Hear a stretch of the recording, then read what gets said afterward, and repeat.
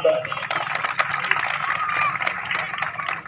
वरणगाव, दापोली जवळचं वरणगाव अगदी छोटंसं टुमदार छानसं गाव आहे.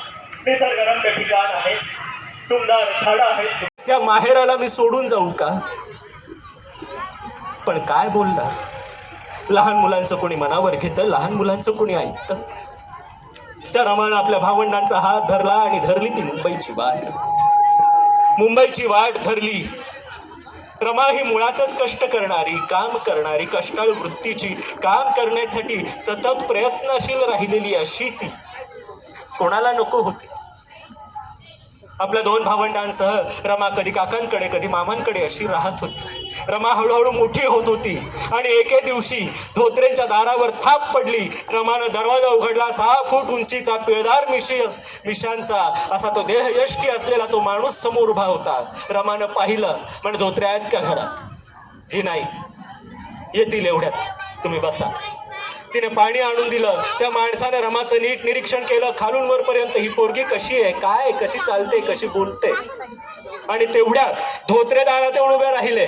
एकमेकांनी परिचय दिला. नमस्कार, हे रामजी सुभेदार.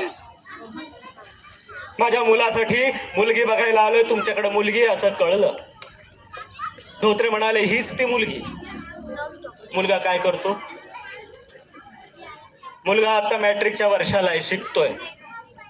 धोत्रेंना प्रश्न पडला, आपल्याकडे इतकं शिक्षण झालेला मुलगा कोणीच नाही, त्याचं स्थळ आलंय, करायचं काय? ते हो बोलतील की नाही? शेवटी धोत्रेंनी हात जोडले, म्हणे माफ करा साहेब, मुलगा लय शिकलेला आहे पण पोरीला लिहिता वाचता येत नाही. मुलगी अंगठे बहाद्दर आहे, मुलगी अंगठे बहाद्दर आहे, मुलीला लिहिता वाचता येत नाही. पण एक आहे साहेब, हिचे आई वडील आत्ताच गेलेत कुठं.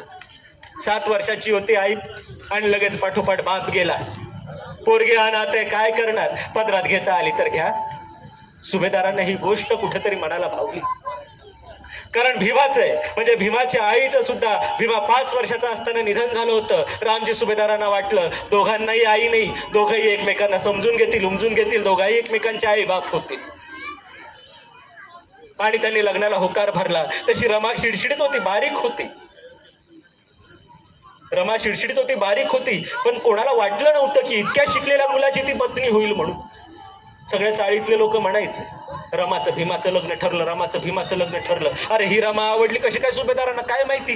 काय या पोरीत, याच्या परीस माझी पोरगी काय वेगळी चांगली नव्हती काय? माझी पोरगी तर किती देखणी आहे. असं म्हणत म्हणत रमाचं भीमाचं लग्न ठरलं, रमाचं भीमाचं लग्न ठरलं. आणि आला तो लग्नाचा दिवस. दिवस खरंच खऱ्या अर्थानं दिवस होता. त्यावेळेस रमाचं आणि भीमाचं लग्न त्यावेळी रात्री, म्हणजेच पहाटे 12च्या मुहूर्ताला झालेलं आहे. खऱ्या अर्थानं तो सकाळची वेळ असते. पहाटे 12चा मुहूर्त होता. लग्नाचं ठिकाण होतं भायखळ्याचा मासळी बाजार. मासळी विक्रेते जिकडे तिकडे गेले आणि दोन्ही बाजूनी वराड येऊ लागली, मुलीचं वराड आणि मुलाचं वराड. रमाच्या मनात कालवा कालव, एवढ्या शिकलेल्या मुलाची मी बायको झाली आहे, बायको होणार आहे. कसा दिसत असेल माझा नवरा, इतका शिकलाय, लोक एवढी त्याच्याबद्दल बोलतायत, कसा असेल कसा असेल. तिच्या मनात सारखी कालवा कालव. तिने त्या वराडावरनं नजर फिरवली आणि बघते तर काय, त्या वराडात तिची आई नव्हती. त्या वराडात तिची आई नव्हती. ती विचार करत होती, आता जर माझी आई असती तर किती आनंद झाला असता रे तिला. तिचं काळी सुपा एवढं झालं असतं. इतका शिकलेला नवरा मिळालाय माझ्या रमाला, म्हणून ती किती आनंदानं मिरवली असती अख्ख्या वराडात. माझी आई नाहीये. तिने नजर फिरवली प्रत्येक पुरुष मंडळीवरती, प्रत्येक त्या मासळी बाजाराचा कोपऱ्यावरती तिने नजर फिरवली आणि प्रत्येक कोपऱ्यात ती शोधत होती की कुठल्या तरी कोपऱ्यात माझा बाप मुंडकं खुपसून रडत असेल की माझी पोरगी आज नांदायला जाणार आहे म्हणून. तिला तिच्या कुठल्याच कोपऱ्यात तिला तिचा बाप दिसत नव्हता. एकटाच का तो जाताना ती बापाच्या गळ्यात पडून रडली असती, बाबा मी चालले, आईची काळजी घ्या, गौरी शंकरला सांभाळा. बापाने पाठीवरनं हात फिरवून सांगितलं असतं की पोरी सुखानं संसार कर. काही लागलं काही भागलं तर मला सांग, तुझा बाप पाठीशी उभा आहे. हे म्हणायला रमाचा बाप तिथे नव्हता. जाताना आईच्या गळ्यात पडून रडले असते आणि म्हणाले असते, आई मी चालले ग, बाबांची काळजी घे. आईनं जाताना कानात 2 शब्द सांगितले असते, अगं पोरी संसार असा करायचा आहे ग, पोरी असं राहायचं सासरी. हे सांगायला सुद्धा त्या रमाकडे कोणी नव्हतं. बघता बघता अंतरपाठ धरला गेला, शुभमंगल सावधान म्हटलं गेलं, अंतरपाठ बाजूला सरला, तिच्या गळ्यात वरमाळा पडली आणि ती बायको झाली ती डॉक्टर बाबासाहेब आंबेडकरांची. हे दोन्ही नववधू आणि वर दारात येऊन थांबले. आत्याने दार अडवलं आणि विचारलं, भिवा कशी आहे रे पोरगी? तेव्हा भीमानं पायाच्या नखापासून ते डोक्याच्या केसापर्यंत पहिल्यांदा रमाला पाहिलं. तेव्हा पाहिलं पहिल्यांदा पायाच्या नखापासून ते डोक्याच्या केसापर्यंत. तेव्हा अशी सुविधा नव्हती, पहिल्या मुलगा मुलीला बघेल आणि मुलगी मुलाला बघेल, दोघं 2 मिनिटं चर्चा करतील, कसा संसार करायचा आणि कसं भविष्य रंगवायचं. तेव्हा ह्या कुठल्याच सुविधा नव्हत्या. पदरी पडलं पवित्र झालं असं म्हणून स्वीकार करायचं, तो कालखंड. खरंच पदरी पडलं आणि पवित्र झालं असंच म्हणून स्वीकारायचा तो कालखंड. भीमानं पाहिलं आणि पुन्हा आत्यानं विचारलं, काय रे नाव काय ठेवायचं हिचं? तेव्हा भीमाने विचारलं, नाव काय हिचं? रामी. रामी रामी काही जरा व्यवस्थित वाटत नाहीये, आपण हिला रमा म्हणूया. तेव्हा ही रामीची रमा झाली दारात. रामीची रमा झाली ती दारात. दारात माप होतं, अलगद माप ओलांडलं, घरभर अक्षदा झाल्या. तेव्हापासून ते घर रमाचं झालं. अगदी पहिल्या दिवसापासून आत्या त्या रमाला आवाज यायची, रमा अगं बाळा थोडे इकडे येते का, एवढी भाजी चिरून देते का? रमानं कधी नाही म्हटलं नाही. रमानं भाजी चिरून दिली. रमा साथ दे, त्याला आवाज दे, याचं काम कर, ते काम कर. अवघ्या 9 वर्षाचं 9-9.5 वर्षाचं वय होतं त्यावेळेस, लग्न झालं त्यावेळेस. रमा ते सगळं करत होती. जे तिला जे झेपत होतं, जे जमत होतं ते सगळं करत होती. बाबा जेवण वाढू का, बाबा आंघोळीला पाणी उतरवलं, आत्या कणिक मळू का, आत्या हे करू का, आत्या ते करू का, कपडे वाळू घालू का, ते आणू का, हे सगळं ती रमा बघत होती. आणि घरातल्या इतर मंडळींचं रमाशिवाय काही पार हलत नव्हतं. रमा अगं हे रमा हे करतेस का, रमा अगं ते आणतेस का, रमा अगं असं कर, ते रमा नावाचं हे पाखरू त्या घरात इतकं रमलं, त्या घरात रमा नावाचं पाखरू भिरभिरू लागलं. काळ पुढे सरकत होता, दिवस पुढे चालले होते, वर्ष लोटली, काही दिवस गेले आणि आनंदाची बातमी, रमा आई झाली.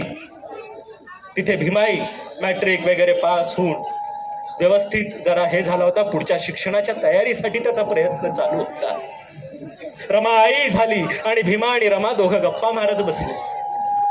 त्यावेळेस भीमा म्हणाला, रमा अगं तुला शिकलं पाहिजे, रमा तुला शिकलं पाहिजे. त्यावेळेस रमा म्हणाली, काय करायचं असतं बरं शिकून? नाही म्हणजे काय लागतं बायांना शिक्षणासाठी, काय शिकायचं बायांनी? रांधा वाडा उष्टी काढा एवढंच बायांचं आयुष्य. मला ऐकतो की चांगला स्वयंपाक येतो, मला मुलं सांभाळता येतात, मला घर सांभाळता येतं, मी शिक्षण घेऊ कशाला? हा पहिला प्रश्न रमाचा होता. त्यावर डॉक्टर बाबासाहेब आंबेडकर म्हणाले तिला, अगं तसं नाही रमा, तसं नाही. बाळाला झोका देणारे हात जर सुशिक्षित असेल तर त्या माऊलीला बरोबर कळतं की कुठल्या दिशेने आणि कसा झोका द्यायचा म्हणजे मुलाची प्रगती होते. मुलांच्या प्रगतीसाठी आईचे हात आणि आई दोन्ही. बरं मी शिकेन, पण अट आहे. काय? तुम्ही शिकवाल तर.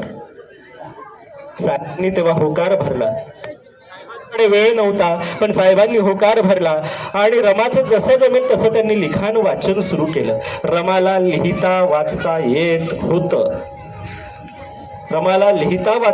होतं, पण पुढे जाऊन आजारपणामुळे तिला जास्त काही त्याच्यात प्रगती करता आली नाही. तो मुद्दा नंतरचा. शिक्षणाची आणि सुधारण्याची सुरुवात जर करायची असेल तर सगळ्यात पहिले त्यावेळेस डॉक्टर बाबासाहेब आंबेडकरांनी घरातून केली. हा त्याचं एक उदाहरण आहे. गाव स्वच्छ करायचं आहे म्हणण्यापेक्षा पहिले घर स्वच्छ या वृत्तीनं त्यांनी नेहमी प्रयत्न केला आणि पहिले रमाला लिहायला वाचायला शिकवलं. सुभेदारांना रमा वेगवेगळी पुस्तकं अडखळत का होईना पण वाचून दाखवायची.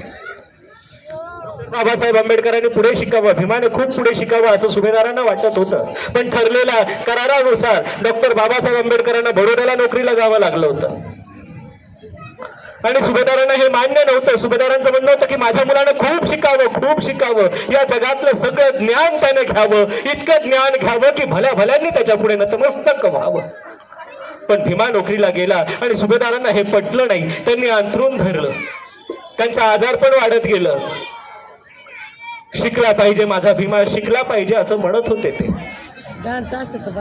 आणि साहेब तिथं, आणि मग त्यांनी रमाला आवाज दिला, अगं रमा, माझे कागद संपलेत, मला कागद आणायला पैसे दे. रमाला त्या इंदूकडे पाहिलं. इंदूच्या औषधाचे पैसे गाठीशी आहेत, काय करू? ते जर बाबासाहेबांना दिले तर पोरीला औषध आणता येणार नाही, पोरीची तब्येत खराब आहे, तिला डॉक्टरकडे घेऊन जाता येणार नाही. काय करावं याचा क्षणभर विचार केला. पदराची गाठ सोडली आणि पदरातले 2 रुपये डॉक्टर बाबासाहेबांच्या हातावरती दिले आणि म्हणाले, जा तुम्ही कागद घेऊन या.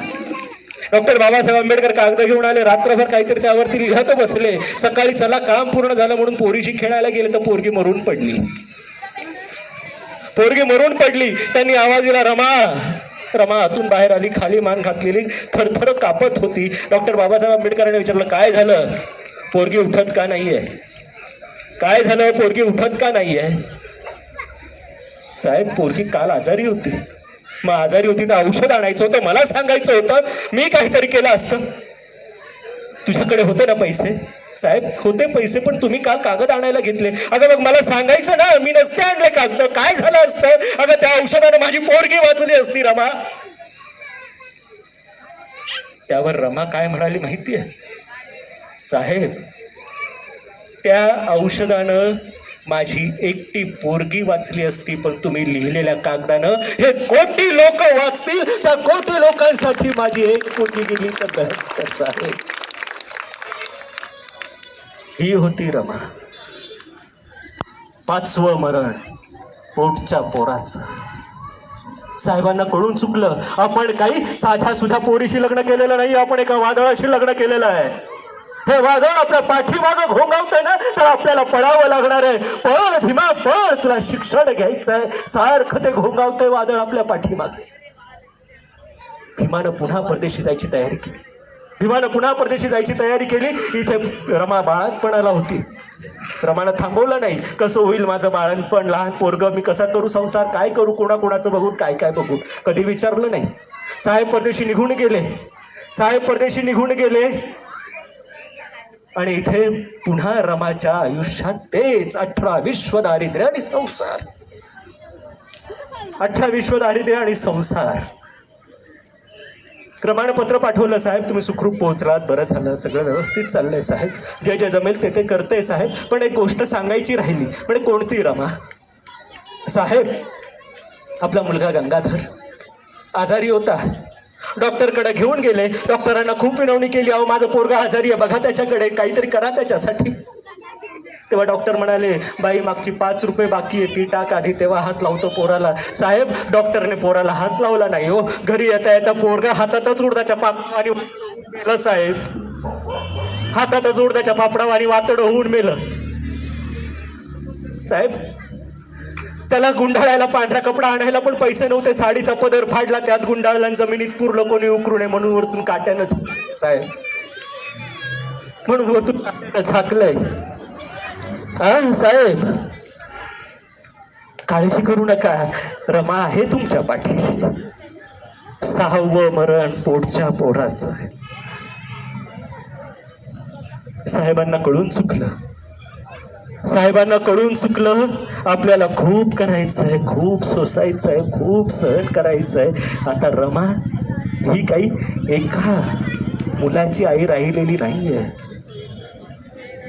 साहेब अभ्यास करत होते, पुढे त्यांचं शिक्षण चालू होतं. साहेबांनी मोठ्या हिमतीनं सगळं शिक्षण घेतलं आणि रमा त्यांना त्याच पद्धतीनं साथ देत होती. बॅरिस्टर होऊन साहेब जेव्हा परतत होते तेव्हा